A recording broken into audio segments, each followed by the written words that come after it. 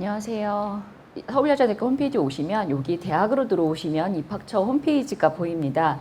그러면 저희 각종 고등학생들을 위해서 하고 있는 그런 프로그램도 안내가 되어 있고요. 그 다음에 여기 대입 틈새 전략이라고 해서 입시 결과 포함된 자료집을 클릭해서 열어보실 수가 있는데요. 제가 지금 화면에 이렇게 띄워놓기는 했습니다. 이렇게 생긴 통계 자료고 여기에는 각각 전형별로 특징과 여러 전형들의 비교, 그 다음에 산포도, 성적, 평균, 최저까지 모두 다 올려놨습니다. 그래서 오늘 PPT에서도 보여드리겠지만 이 자료를 댁에서 컴퓨터 통해서 아니면 핸드폰 통해서 언제든지 다운로드해서 보실 수 있고요. 그 다음에 자료집 필요하시면 또 인쇄해서 보셔도 되겠습니다. 오늘 어떻게 보시면 되는지 이제 안내를 드리도록 하겠습니다.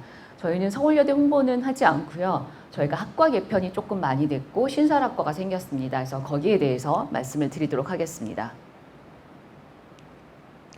네.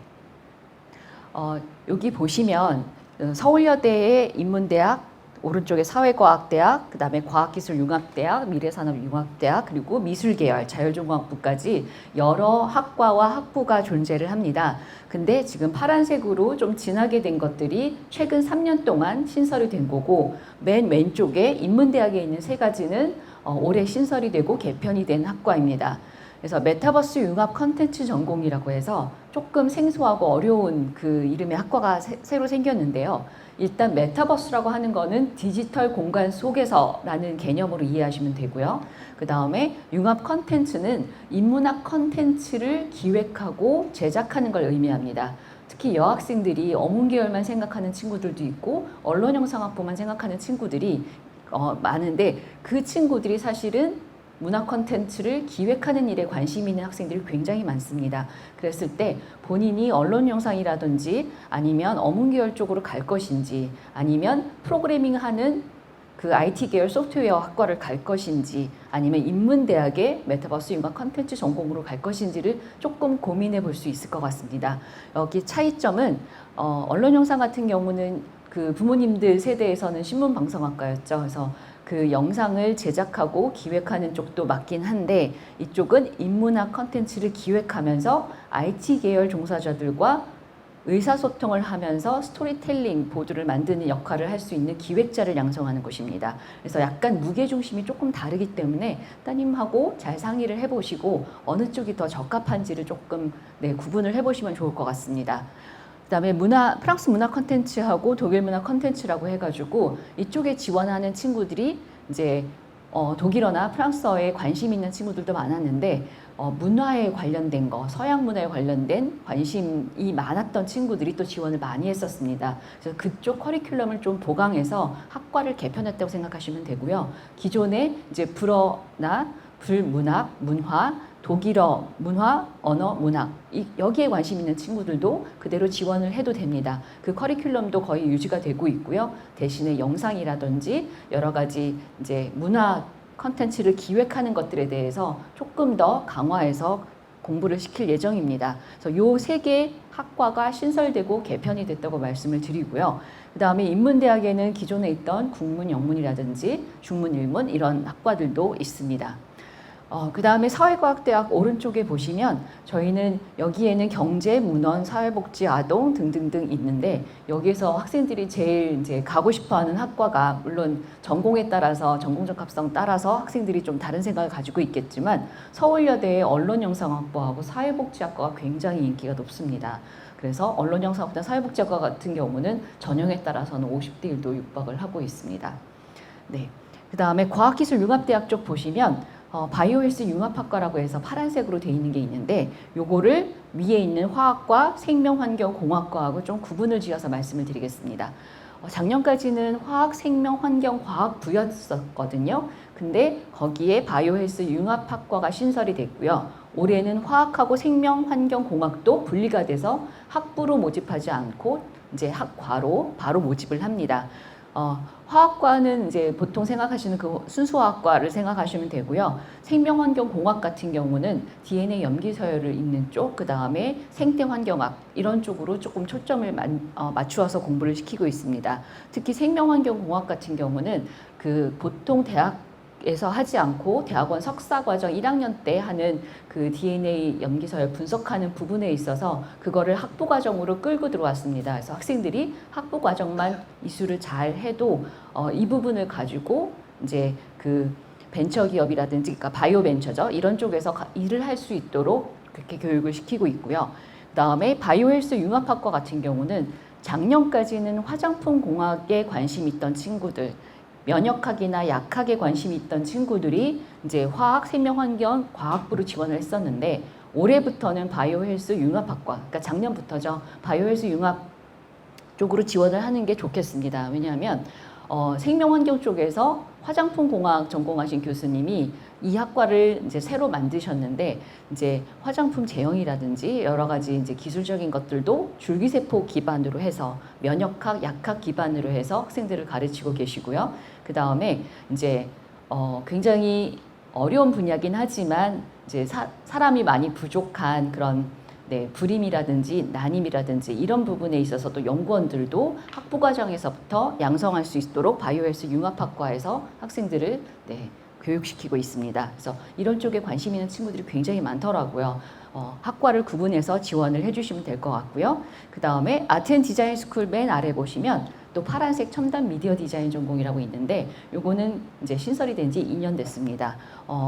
미술 계열이긴 하지만 실기 없이 비실기 전형으로만 학종, 교과, 그 다음에 수능 위주 전형에서 학생들을 선발하고 있는데 여기에서는 원래 시각 디자인 전공에서는 인쇄 쪽 디자인하고 영상 디자인을 같이 하고 있는데 영상 디자인 쪽을 좀 강화해서 별도로 만든 전공입니다. 그래서 AR이라든지 VR이라든지 뭐 게임 디자인이라든지 이런 것들을 하는 데 있어서 조금 너무 어렵지 않은 프로그래밍들을 활용해서 이제 영상을 제작하는 쪽으로 학생들을 양성하고 있습니다. 그래서 미술을 전혀 하지 않은 친구다 하더라도 심지어 자연계열 과목을 많이 이수한 친구다 하더라도 상관없습니다. 이 친구들이 조금 논리력을 가지고 있고 디자인 쪽에 관심이 있다고 하면 첨단 미디어 디자인 전공 쪽으로도 충분히 지원을 할 수가 있고요.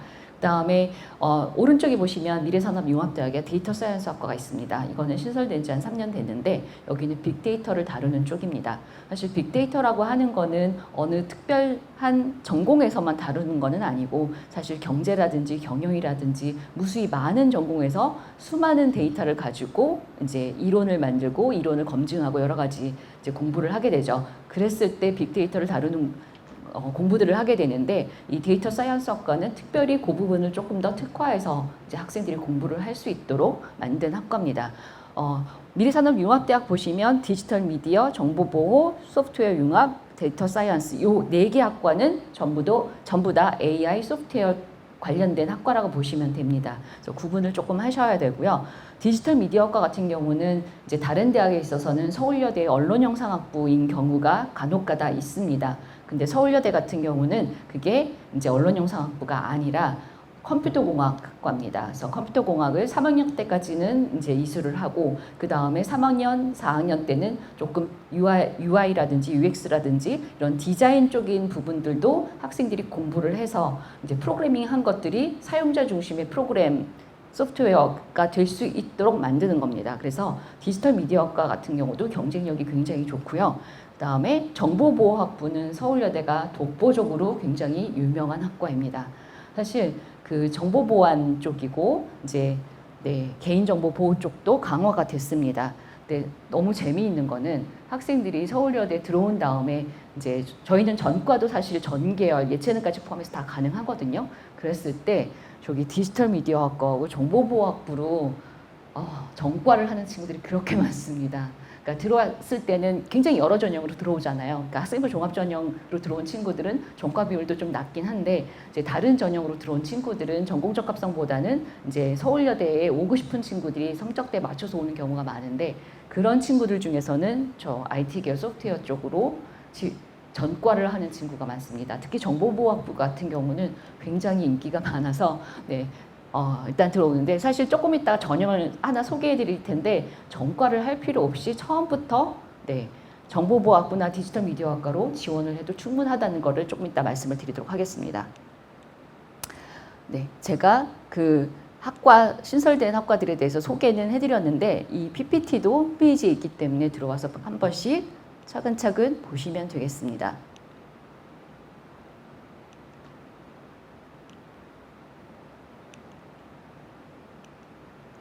네. 제가 아까 이제 복수 전공이나 전과도 서울여대는 계열 상관없이 굉장히 자유롭다고 말씀드렸는데, 제가 아는 학생 중에 한 명은 화학생명으로 이제 입학을 했거든요. 근데 공예로 전과를 한 친구도 있고요.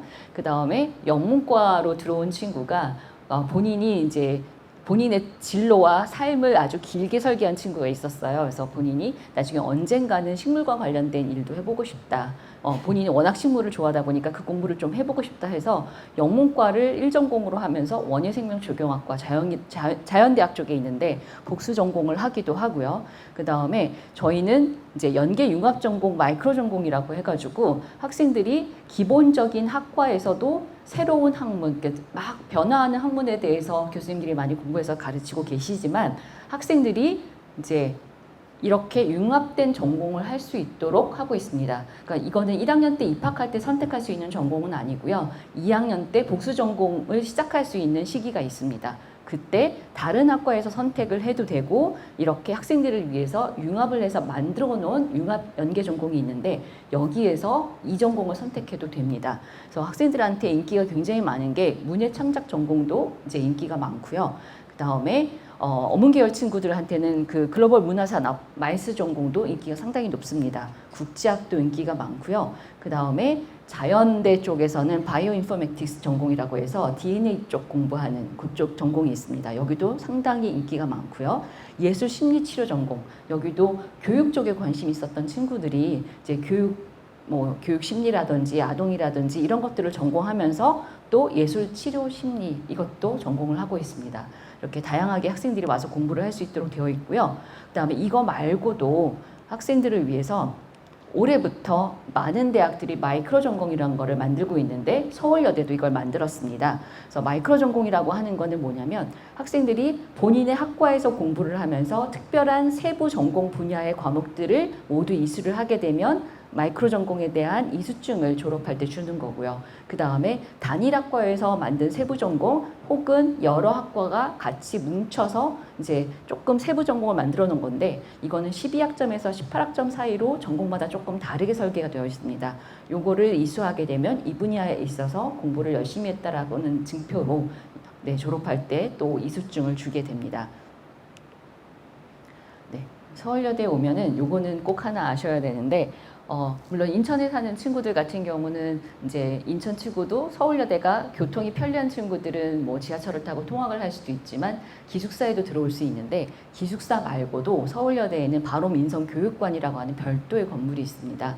여기에서 이제 1학년 때 그리고 3학년 때 좀 공부를 특별하게 더 하게 되는데, 1학년 때 같은 경우는 바로 민성교육이라고 해서 이제 수업 끝나고 오후 좀 늦은 시간이나 저녁 시간에 공동체 모임을 조금 하게 됩니다. 그러면서 3주간 숙박을 하게 되는데, 숙박을 하면서 본인의 진로라든지 그 진로를 나 혼자 개인의 진로가 아니라 이 사회라고 하는 공동체 안에서 내가 다른 사람들을 위해서 어떻게 쓰임받을 수 있을까에 대해서 고민하는 그런 교육이 있습니다. 그래서 바로민성교육이라고 있는데, 여기 바롬자가 이제 교육 앞에도 붙어 있지만 저희 전형 이름 앞에도 있습니다. 조금 익숙치 않으시죠? 바르다의 고어 명사형입니다. 그래서 바른 인재를 양성하는 게 서울여대의 목표이기 때문에 바롬이라는 단어가 이제 곳곳에 붙어져 있고요. 그런 인재상을 저희가 학생부 종합전형 평가할 때 똑같이 평가를 하게 됩니다. 그래서 1학년 때는 바롬 인성교육관에서 3주간 합숙을 하면서 친구들이랑 같이 어울려서 본인에 대해서 좀 성찰을 하는 시간을 갖고 있는데요. 여기에 재밌는 점이 하나 있습니다. 뭐냐면 보통 여대 하면 학과 친구들끼리 다니거나 아니면 그 중에서도 소수끼리 딱 뭉쳐서 다니고 좀 서로 교류도 안 하고 이런다는 약간 그런 편견이 있잖아요. 서울여대 같은 경우는 이 바로 민성교육 때문에 여러 과 친구들이 다 같이 친구가 될 수 있는 기회가 있습니다.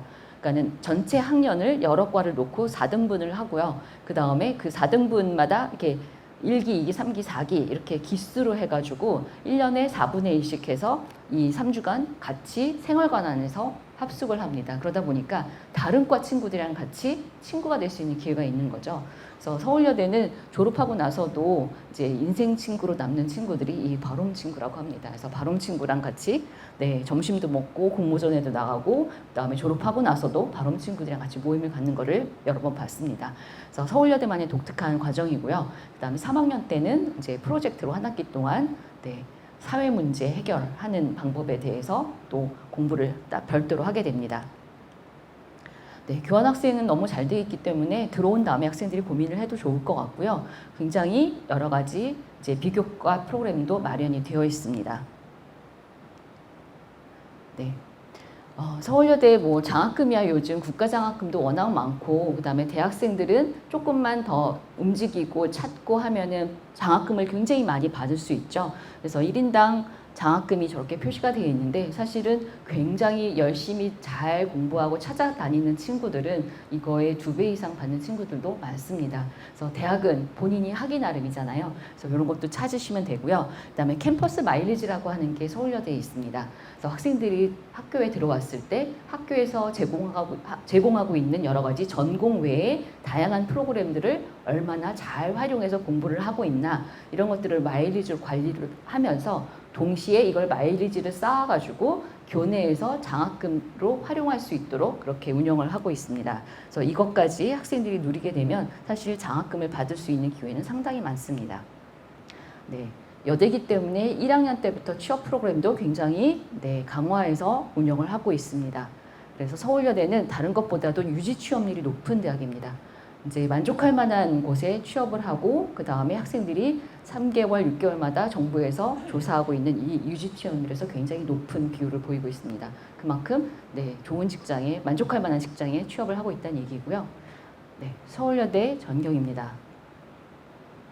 네, 굉장히 자연 친화적이고 네, 잔디밭도 넓고 숲도 우거지고요. 벚꽃길이 유명한 길도 있습니다. 여기가 기숙사고요. 이제 인천 학생들은 이제 기숙사에 들어올 수 있는 자격이 됩니다. 서울여대는 이게 근거리 위주가 아니라 네, 컴퓨터 추첨에 의해서 네, 기숙사를 선발하고 있기 때문에 네, 인천이라고 너무 가까운 곳이라고 해서 불이익은 없습니다. 네, 도서관 리모델링에서 학생들이 굉장히 좋은 시설 안에서 공부하고 휴식도 할 수 있고요.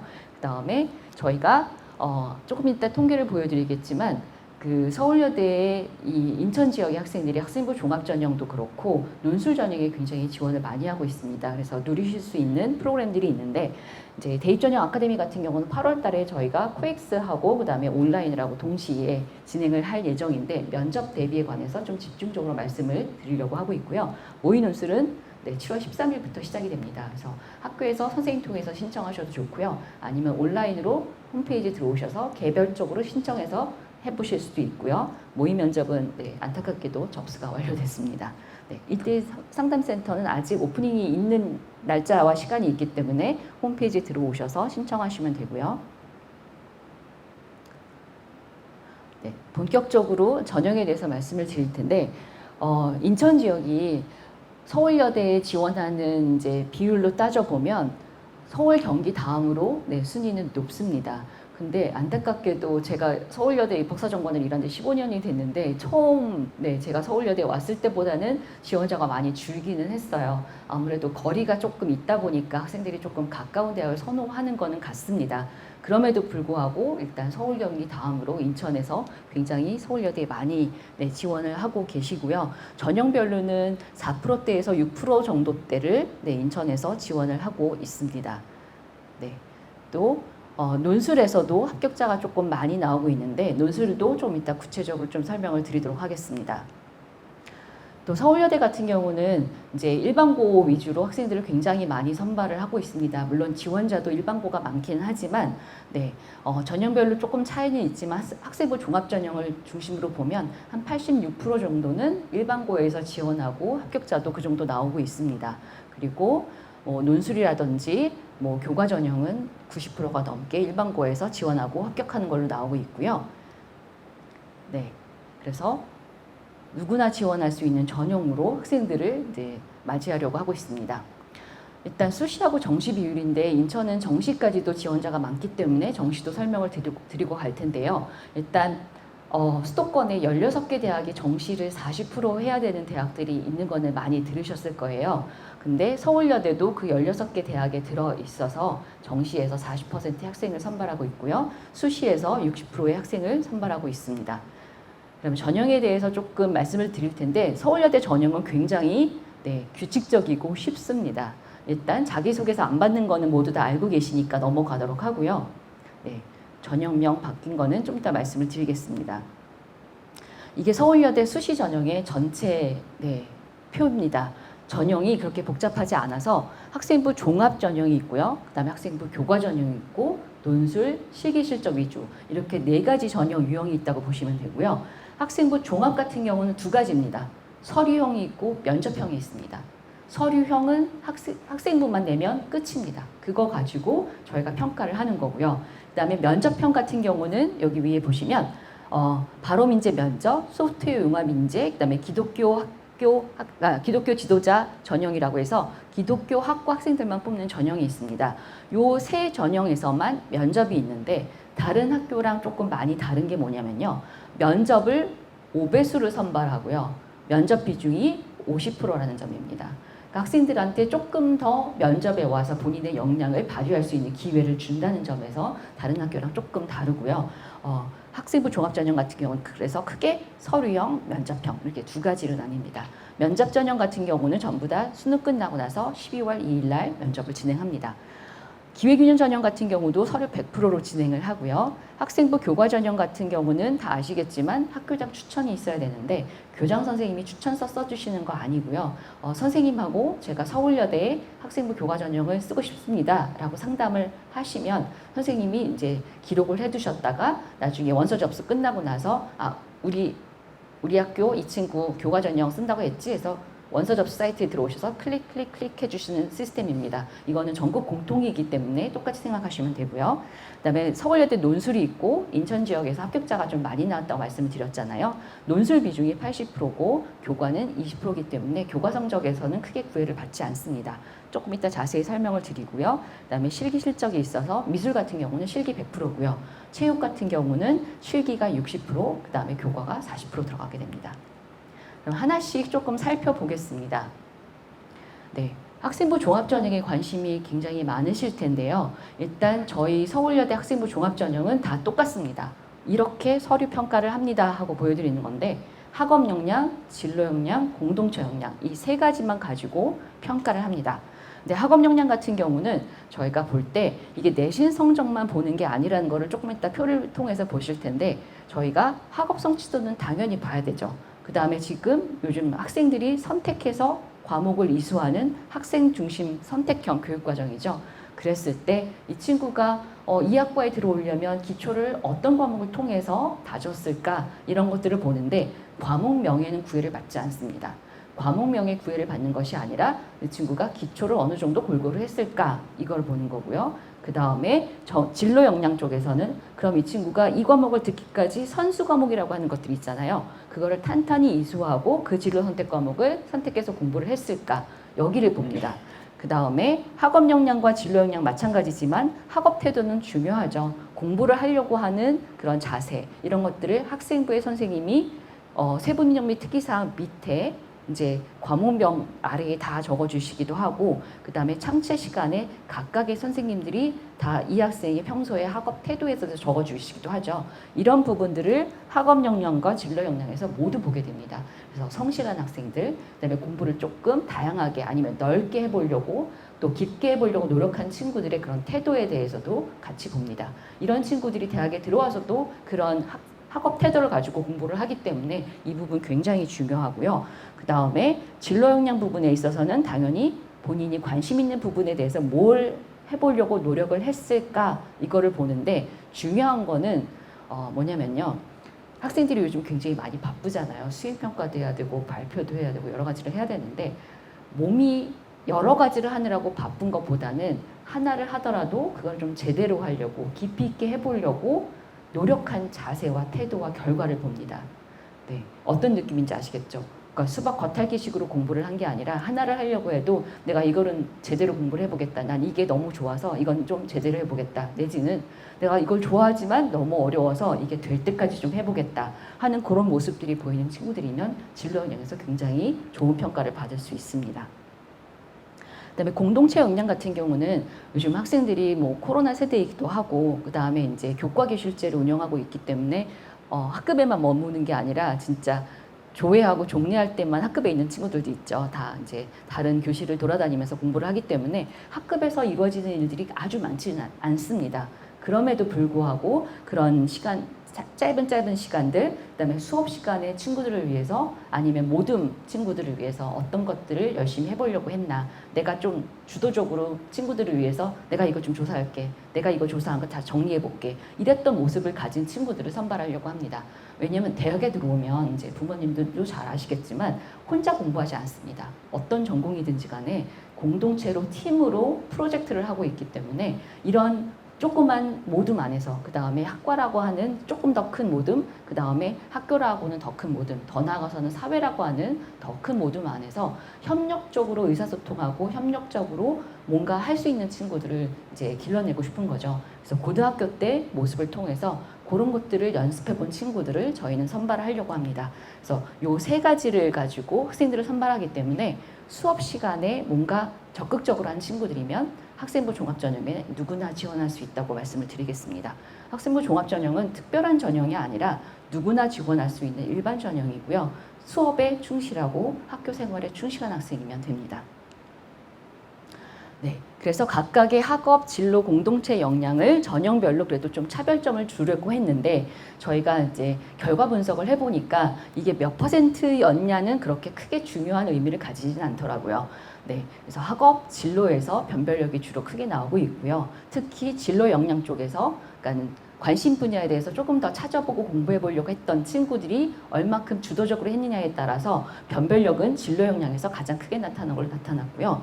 그 다음에 공동체 역량은 학생들 모습이 비슷비슷합니다. 그래서 변별은 크게 없습니다. 그래서 진로 역량 쪽에 조금 더 방점을 두고 고등학교 3학년 1학기 학생부를 좀 마무리하시면 좋을 것 같습니다. 네. 전형은 이제 간단하게 설명드릴 수 있을 것 같아요. 저희가 바로민재 서류 전형이라고 해서 그 메인 전형 중에서 서류형입니다. 여기서는 학생부만 내시면 되는 거기 때문에 면접을 따로 준비하실 필요도 없고요. 바로민재 서류와 바로민재 면접 전형이라든지 다른 전형하고 중복 지원도 가능합니다. 서울여대는 모든 전형이 전형일이 겹치는 전형이 없습니다. 그래서 중복 지원이 다 가능하고요. 네, 말씀드린 것처럼 자기소개서 없고 면접 없고 최저 없습니다. 서류 100으로 하게 되고요. 작년에 경쟁률이 조금 많이 올랐다고 말씀을 드렸는데 재작년에 한 11대 1이었는데 작년에는 14.8대 1이었습니다.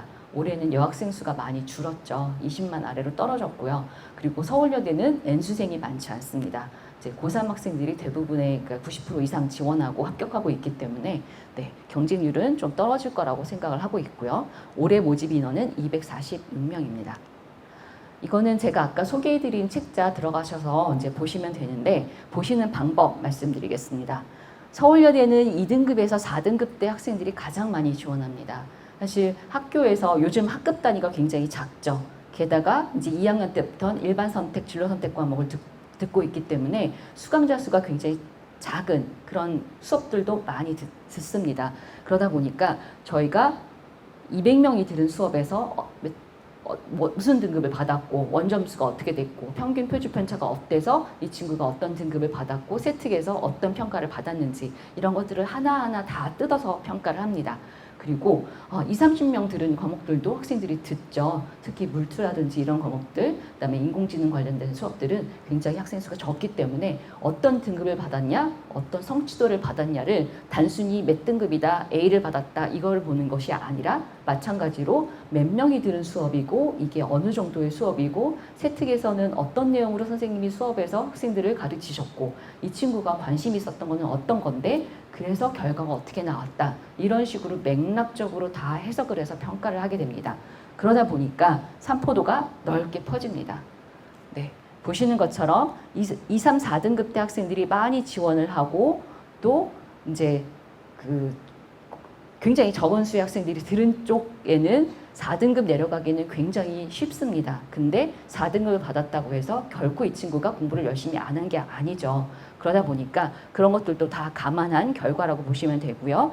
네. 근데 여기에 있는 거는 조금 보시지 않고 하는 게 좋습니다. 사실 어문 계열 쪽은 특목고 친구들이 좀 지원을 많이 하는 편이고요. 여기 5 아래쪽은 네, 2명을 제외하고는 특목고라고 보시면 되겠습니다. 네, 바로민제 면접 전형인데 여기 경쟁률이 작년에 상당히 많이 높았습니다. 이거보다는 많이 떨어질 거고요. 이게 재작년보다는 한 13.1%포인트가 올라간 경쟁률입니다. 그러다 보니까 사회복지학과라든지 자율전공 인문사회계열 쪽은 50대 1이 넘었어요. 근데 이제 네, 평균적으로 봤을 때는 이 정도 나왔고요. 이게 재작년에는 13.1%포인트가 낮았다고 했잖아요. 저희가 생각하는 거는 재작년 수준으로 떨어지거나 작년과 재작년 그 수준에 어느 정도 선에서 이제 경쟁률은 마감이 될 것 같습니다. 그래서 이 숫자에 너무 놀라지 마시고 지원을 하셔도 될 것 같고요. 올해는 166명을 선발합니다. 최저 없고 수능 끝나고 나서 면접을 하는데 면접 비중이 50%의 5배수의 학생들이 면접에 오잖아요. 근데 이게 수능 끝나고서 면접을 하다 보니까 학생들이 이미 바로민제 서류 전형에 합격을 하거나 다른 학교에 합격한 친구들이 결실을 하게 됩니다. 한 배수만큼은 결실을 합니다. 그러니까 보통 20% 초반대 학생들이 결실을 하기 때문에 5대1의 경쟁률이었던 것이 면접 때 다시 4대1로 되는 효과가 있어서 면접 때 조금 준비를 잘 하면 합격의 기회가 굉장히 높고요. 그다음에 저희가 면접 비중이 높은 편이잖아요. 그러다 보니까 서류에서는 이제 합격 대상자가 아니었는데 면접을 통해서 뒤집은 비율이 저희가 한 30% 정도 내외 나오고 있습니다. 그래서 면접 준비를 조금 꼼꼼히 하시면 좋을 것 같습니다. 이게 이제 바로민제 면접 전형 작년의 결과인데 보시면 한 2.5부터 4.5 정도까지 합격자가 많이 나오고 있죠. 그러니까 면접의 기회를 통해서 본인의 그 서류 평가를 좀 뒤집은 결과이기 때문에 바로민제 서류 전형보다는 조금 산포도가 아래쪽에 배치가 되어 있는 걸 보실 수 있고요. 마찬가지로 5 아래에 있는 여기는 조금 일반고 학생이 많지는 않기 때문에 그 부분을 감안해서 보시면 되겠습니다. 이 통계 결과는 이제 국영수 4, 국영수 과 계열별로 저희가 그냥 등급 나오는 과목들만 평균을 내놓은 거기 때문에 이걸 절대적으로 믿으시면 안 되고요. 일반고 학생이다 하더라도 충분히 이제 그 등급의 해석의 여지에 따라서 굉장히 다른 등급의 학생들이 합격을 할 수가 있습니다. 그래서 2등급 학생이 1등이 아니고요. 6등급 학생이 꼴등이 아닙니다. 그런 부분 보시고 재작년에 여기 인천 지역에 서울여대 지원 많이 하는 학교 학생이 있었는데 이 면접형의 전신이었던 바로민제 플러스 전형으로 들어왔던 친구인데요. 그 친구는 1학년 때 6등급으로 시작을 했습니다. 근데 3학년 때까지는 좀 올려서 4등급 정도까지는 올렸거든요. 그러면 이거를 보시면 사실 굉장히 넉넉한 성적대는 아니죠. 숫자로 봤을 땐 결코 넉넉한 성적은 아니었습니다. 근데 그 친구가 사회복지학과에 지원을 했었던 친구인데 경쟁률도 저희 어마무시한 학과잖아요. 근데 면접에서 1등을 했고요. 그래서 최초 합격자가 된 사례가 있습니다. 그 학생 같은 경우는 사실 수업 시간마다 선생님이 이런 거를 공부해보면 좋겠어. 이거를 읽어봤으면 좋겠어 했던 것들을 놓치지 않고 읽고 그것들을 선생님께 가서 말씀드리고 질문도 했던 친구고요. 그래서 독서를 통해서 공부를 했던 것들이 수업 세특에 굉장히 잘 적혀 있던 친구였습니다. 그래서 서류평가에서도 성적대는 비록 넉넉하진 않았지만 좋은 평가를 받았고요. 면접에 왔을 때 본인이 그 수업 시간에 했던 그 모습들이 다 드러났었던 친구입니다. 그래서 면접을 1등을 했었고 그래서 이제 최초 합격자가 될 수 있었던 학생인데 지금 서울여대를 굉장히 잘 다니고 있습니다. 그래서 제가 인천 지역에 올 때마다 그 사례를 꼭 말씀을 드리는데 이 숫자들은 어디까지나 참고 자료고요. 진로 역량이라든지 학업 역량이라든지 내가 수업 시간에 충실했던 거 이걸 가지고 면접을 준비하시는 게 가장 좋습니다. 면접 질문은 좀 이따 예시를 또 보여드리도록 하겠습니다. 네, 소프트웨어 융합인재 전형입니다. 아까 말씀드렸던 것처럼 서울여대에 입학한 친구들이 정보보안학부나 디지털 미디어학부나 소프트웨어 융합 이런 IT 계열 쪽으로 전과를 굉장히 많이 한다고 말씀을 드렸잖아요. 사실 처음부터 일로 들어와도 전혀 어렵지 않습니다. 전형 방법은 똑같고요. 성적대를 보여드리면 이렇습니다. 전부 100% 일반고 학생들입니다. 네. 그런데 여기서는 이제 AI 소프트웨어 쪽 학과들이잖아요. 중요한 거는 교수님들이 말씀하시는 거는 꼭 자연계열 쪽에 공부를 한 친구가 아니어도 상관이 없다. 인문사회계열 쪽에 공부를 한 친구도 굉장히 좋고, 대신에 그 학생이 들은 수학 과목들이라든지 과학 과목들이라든지 이런 부분에 있어서 본인의 논리적 사고력을 보여주면 참 좋겠다라고 말씀을 하세요. 그래서 인문사회계열 학생들도 합격이 됩니다. 여기에는 이제 디지털 미디어과 같은 경우는 아까 학생들이 다른 학교의 언론영상학부랑 조금 헷갈려 한다고 말씀을 드렸는데, 솔직히 말씀드리면 한 20, 30%는 지원을 잘못한 친구들이라, 네, 여긴 경쟁률이 굉장히 쑥 내려갑니다. 실질적으로. 왜냐하면 언론영상학부가 아니라 컴퓨터공학 베이스고, 나중에 고학년이 되면 이제 디자인 관련된 수업들을 듣는다고 했잖아요. 그래서 디지털 미디어과 같은 경우는 수학적 사고력이라든지 이런 부분만 조금 갖추고, 인문계열이든 자연계열이든 어떤 계열의 수업을 듣든지 간에 본인의 논리를 밟아가는 모습들이 세특이라든지 이런 데 드러나는 친구들이 있거든요. 그 논리가 드러난다는 친구들은 뭐 수학을 잘했다 이런 것들도 있지만, 선생님이 적어주신 세특에 어떤 내용들이 적힌 친구들이냐면 1학년 때는 비록 수학 성적이 안 나와도 이 친구는 정말 예복습을 철저히 하고 불시에 점검을 해도 뭔가 열심히 하고 있는 게 다 드러나는 친구고, 그 다음에 어려운 문제도 끝까지 풀려고 와서 질문도 하는 친구다. 근데 2학년, 3학년 올라갈수록 선생님이 바뀌시던, 같은 선생님이 같이 올라가시던 그 모습이 계속 나타나는 친구들이에요. 그러다 보면 3학년 때 인문사회계열 학생들은 확통을 많이 듣죠. 그 과목에서도 쭉 올라가는 친구들도 있고요. 그다음에 자연계열 과목을 듣는 친구들은 미적분하고 기하에서 굉장히 공부도 어렵고, 그다음에 듣는 친구들이 적기 때문에 등급 자체는 좀 떨어지는 경향은 있습니다. 그럼에도 불구하고 세특에 보면 선생님이 적어주시는 내용들이 이 친구는 논리적인 것들을 찾아서 단계를 밟아가면서 문제를 접근하는 능력을 가지고 있다 라든지, 다른 과목에서도 이 친구는 뭔가 내용이 있으면 이걸 도식화해서 이런 것들을 하나하나 짚어서 논리적으로 답을 찾아가는 과정을 찾는 학생이다 라든지, 이런 식으로 논리적인 사고력이 보이는 친구들이면 사실 소프트웨어 쪽에서는 굉장히 좋은 평가를 받을 수가 있습니다. 네. 정보보호 같은 경우는 작년까지는 학과였다가 올해 학부로 되면서 사이버 보안 쪽뿐만이 아니라 개인정보보호 쪽을 또 강화를 했습니다. 근데 개인정보보호 쪽은 인문사회계열 학생들이 수업을 충분히 따라갈 수 있는 정도의 내용들로 구성이 되어 있기 때문에 그런 쪽 학생들도 환영한다라고 교수님이 말씀을 해주셨고요. 소프트웨어 융합학과 같은 경우는 소프트웨어 프로그래밍 하는 쪽에 가장 기본적인 학과입니다. 그리고 데이터 사이언스과 같은 경우는 아까 말씀드린 것처럼 빅데이터 쪽을 다루는 학과입니다. 그래서 사실 여기에는 경쟁률도 보시면 다른 전형에 비하면 좀 낮은 편이죠. 그리고 성적대도 보시면 뒤로 넘어갔네요. 성적대도 보시면 다른 전형에 비해서 자연계열 쪽 과목을 좀 드는 친구들이 있다 보니까 등급이 조금 무겁게 나올 수밖에 없죠. 이 숫자 수가 적기 때문에. 그래서 이렇게 나오고 있어서 사실은 들어와서 전과를 해서 본인이 원하는 걸 하거나 복수 전공을 해서 소프트웨어 쪽 전공을 해도 좋겠지만, 이 전형으로 들어온 것도 상당히 문이 넓다는 것을 한번 말씀드리겠습니다. 네, 서울여대가 기독교 학교입니다. 그러다 보니까 기독교 학과가 있고요. 그래서 수시에서 기독교 지도자 전형이 별도로 있는데, 여기는 면접은 다 똑같은데 3배수의 학생을 선발하고 있고요. 그 다음에 23명 조금 많이 뽑습니다. 그래서 면접 대상자는 69명으로 좀 많은 편이고요. 여기서는 학생부만 받고 있고, 그 다음에 세례의 교인 증명서 요것만 2가지만 내면 되는데, 학생부에는 미션스쿨이 아니고서는 사실은 전공 적합성 부분에 소명의식을 볼 수가 없거든요. 그래서 그 부분은 면접에서만 보고요.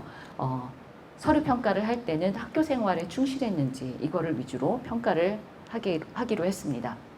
네, 기회균형 전형 같은 경우는 저희가 사회통합 지원하고 이제 농어촌 특성화가 있는데, 여기서는 사회통합 쪽에 학생들이 많이 해당이 되는 친구들이 있을 거고, 나머지 2개는 해당자가 많지 않을 것 같습니다. 근데 지원 자격이 되면 무조건 쓰셔야 됩니다. 여기가 가장 넓은 문을 가지고 있는 전형입니다. 아무리 조금 뽑아도 여기가 가장 수월합니다. 네. 면접을 좀 말씀드릴 텐데요.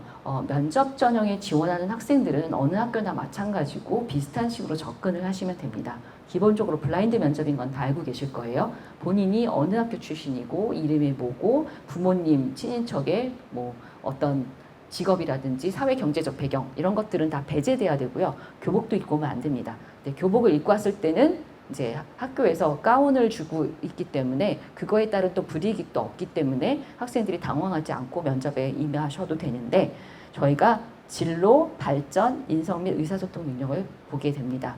근데 진로 역량은 이제 서류 평가할 때랑 동일한 방법이기 때문에 이제 어떤 내용인지 아실 거고요. 사실 발전 가능성은 별도로 뽑아져 있긴 하지만 주도성이라든지 문제 해결력이라든지 이런 부분에 대해서 평가를 하고 있어서 사실은 진로 역량에 묶여서 평가가 되는 경우가 상당히 많습니다.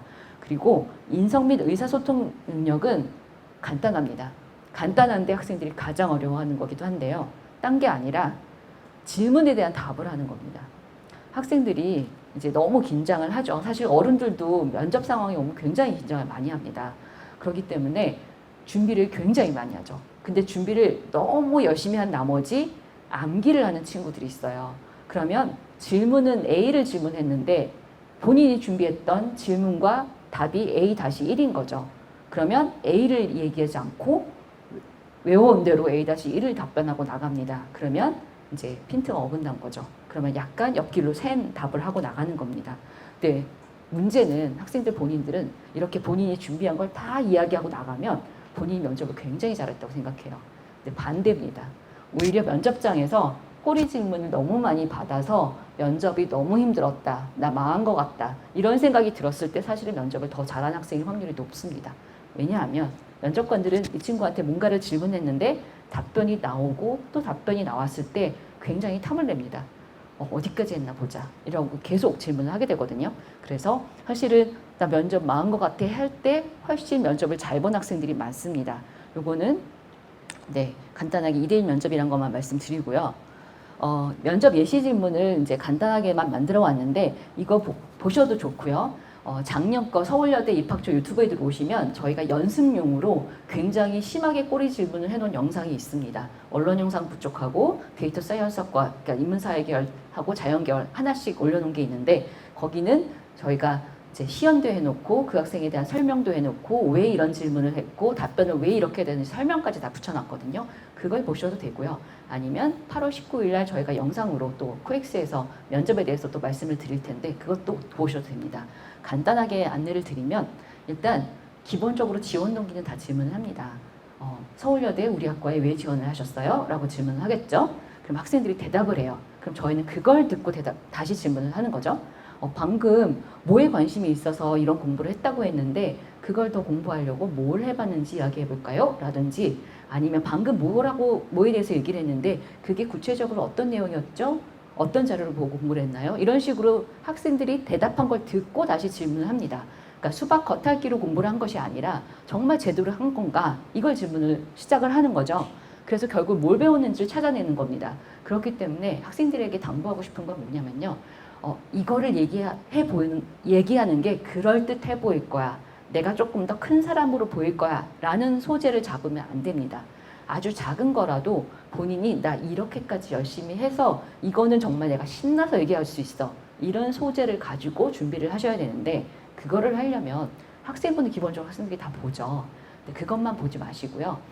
따님들께 실험을 했으면 본인이 실험할 때 메모했던 것들, 발표 준비를 하거나 토론을 했으면 자료조사에서 정리해놨던 것들 이런 거를 다시 한번 쭉 보고 면접을 오라고 얘기를 해주시면 돼요. 사실 그것까지 보고 와야 꼬리 질문을 했을 때 답변을 할 수가 있습니다. 네, 그게 가장 키포인트고요. 그 다음에 독서 기록은 더 이상 대학에 오지 않습니다. 그런데 독서가 수업으로 들어갔죠. 수업으로 들어갔고 진로나 동아리로 독서가 들어갔습니다.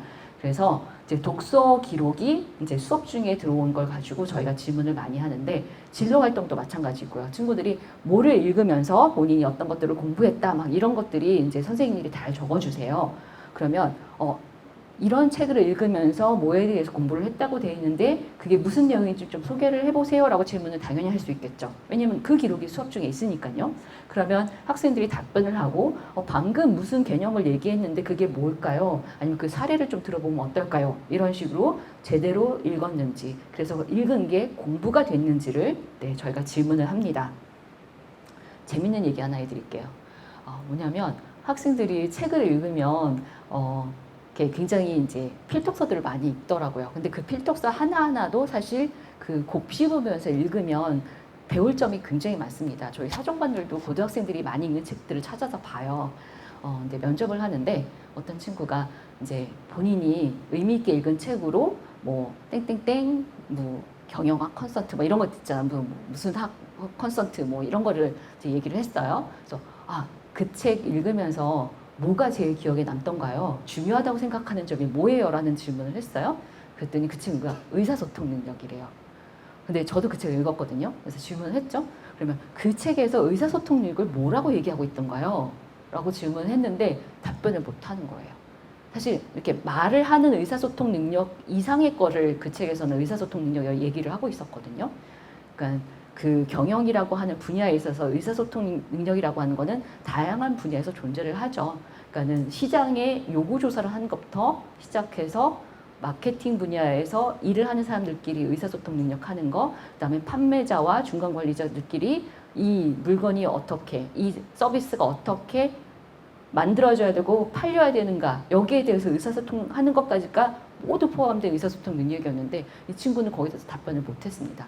그러니까 사실 이렇게 세특 안으로 여러 가지 이제 학업 활동들이 이루어지고 있고 내용이 기록이 되고 있는데 이런 부분에 대해서 본인이 의미 있었던 거 이런 거는 면접에서 꼭 얘기해야지만 내 역량을 한껏 발휘할 수 있겠다 하는 거를 잘 찝어가지고 면접을 준비하시는 게 중요합니다.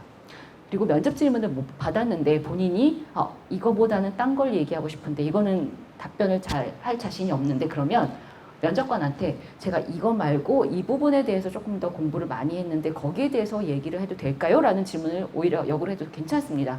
그럼 면접관들이 그러면 그거에 답변을 해보세요 라고 얘기를 할 거예요. 그러면 그걸 가지고 또 본인이 어떤 공부들을 했고 뭘 배웠는지 이야기하면 됩니다. 면접은 대화형입니다. 그래서 혼자서 외운 것들을 막 풀어내는 것이 아니라 질문에 대해서 요지를 파악하고 짧게 답변하면 면접관이 거기에 대해서 조금 더 얘기해 보세요 라고 또 질문을 하고 답변하고 또 질문하고 답변하고 이런 식으로 준비를 하면 됩니다. 그래서 학생들 같은 경우 요즘 마인드맵 많이 그리잖아요. 키워드 중심으로 어떤 소재에 대해서 이야기를 할까? 그러면 나는 뭘 가지고 내 역량을 보여줄까? 이런 식으로 조금씩 모듈형으로 면접을 준비하면 질문에 따라서 조합해서 답을 할 수 있게끔 그렇게 준비를 하면 좋다는 말씀을 드리겠습니다. 네. 여기도 마찬가지로 수업 시간에 있었던 거, 동아리나 뭐 진로 활동 시간에 있었던 것도 질문할 수 있습니다. 그래서 이런 거에 대해서 질문을 하고 있고요. 교과 전형 같은 경우는 간단합니다. 컴퓨터가 계산합니다. 그래서 성적만 보여드리면 되는데 저희 176명 뽑고요. 교과 100%의 수능 최저가 있는데 국영수탐 4개 중에서 2개만 합 7이면 됩니다. 그래서 친구들이 편하게 하려면 영어하고 탐구 1개로 맞추면 되더라고요. 그래서 2개 합 7하면 되고요. 그 다음에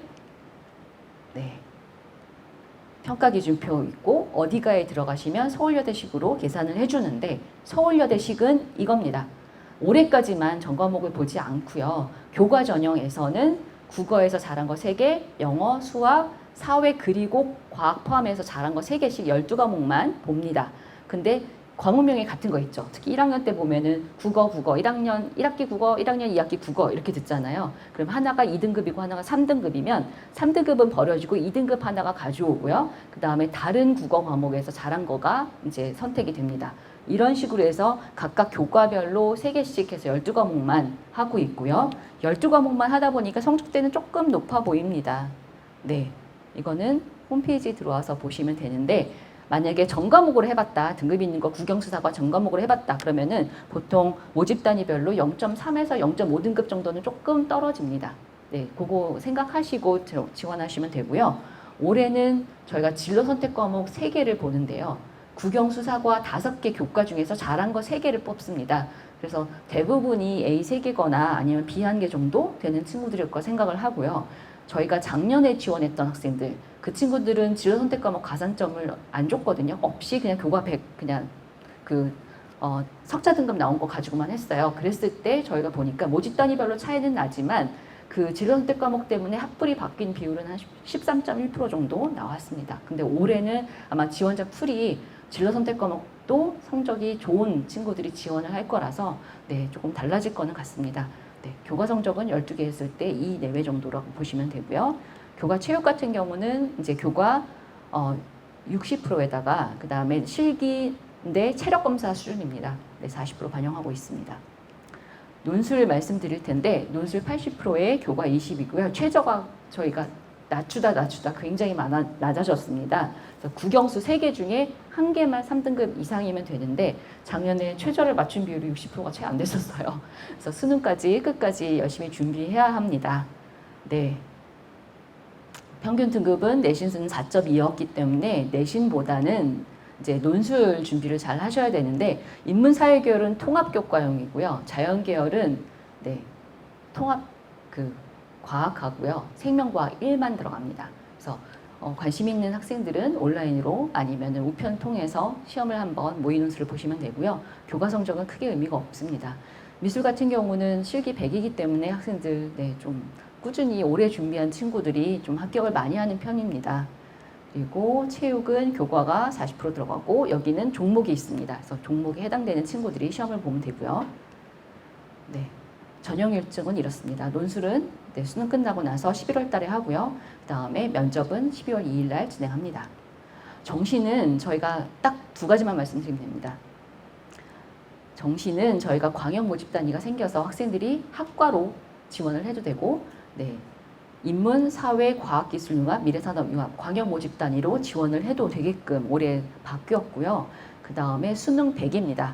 수능 100이고 저희가 잘한 거 3개만 반영합니다. 작년부터. 그러다 보니까 하나를 삐끗해서 망쳤다 하는 친구들한테도 굉장히 기회가 많이 가고 있고요. 그래서 성적대가 좀 높아졌습니다. 근데 이거는 너무 놀라지 마시고요. 수능 끝나고 나서 코엑스를 오시거나 아니면 홈페이지에 들어가시면 이거를 계산하는 그 온라인 프로그램이 있어요. 그래서 3개를 넣어보면 본인이 생각했던 것보다 등급대가 훨씬 잘 나올 건데 100분위로 넣으시면 되고요. 그랬을 때 보통 요 정도 되면 평균적으로 나오기 때문에 이건 추가 합격 성적 정도라고 생각하시면 되고 이거는 전체 평균인데 높은 친구들은 한 97, 8%까지도 나오고요. 충원을 하면서 이제 90%대 초반까지도 갑니다. 그러다 보니까 이제 평균으로 하면 이렇게 형성이 되고 있습니다. 이건 수능 끝나고 나서 프로그램에 넣어보시면 생각보다 굉장히 잘 나올 겁니다. 영어가 또 환산되는 점수가 좀 높게 나옵니다. 요거는 홈페이지 통해서 보시면 될 것 같고요. 나중에 궁금한 점 있으면 또 서울여대로 연락 주시면 될 것 같습니다.